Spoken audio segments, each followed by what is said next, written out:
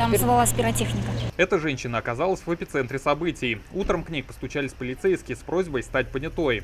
В квартире на втором этаже проходил обыск. У проживающего там 49-летнего мужчины нашли взрывчатые вещества. Незадолго до этого оперативники узнали, что мужчина изготавливает бомбы. С проверкой медлить не стали. И действительно, нашли гильзы, порох, провода, различные патроны и компоненты для изготовления взрывчатых веществ. Все, что нашли, выложили на лестничной площадке, чтобы описать, правильно оформить документы. И произошло возгорание. Сначала был хлопок в подъезде, потом огонь перекинулся на квартиру. К моменту приезда пожарных и медиков квартира горела открытым пламенем. Весь подъезд вплоть до 9-го этажа в дыму. Началась эвакуация.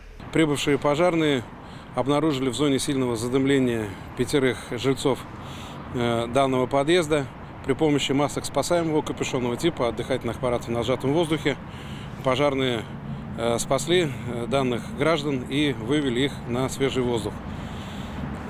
Кроме того, для того, чтобы минимизировать последствия задымления в подъезде и не допустить случаев отравления продуктами горения, пожарные разбили стекла в подъезде со 2-го по последний этаж, чтобы обеспечить выпуск дыма.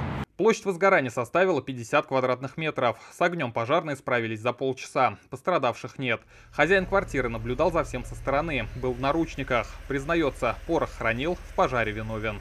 А за что вас арестовали? За хранение фейерверков. А это по вашей вине произошел пожар? Да. А к чему вы дома фейерверки хранили? Ну, готовился к 9 мая.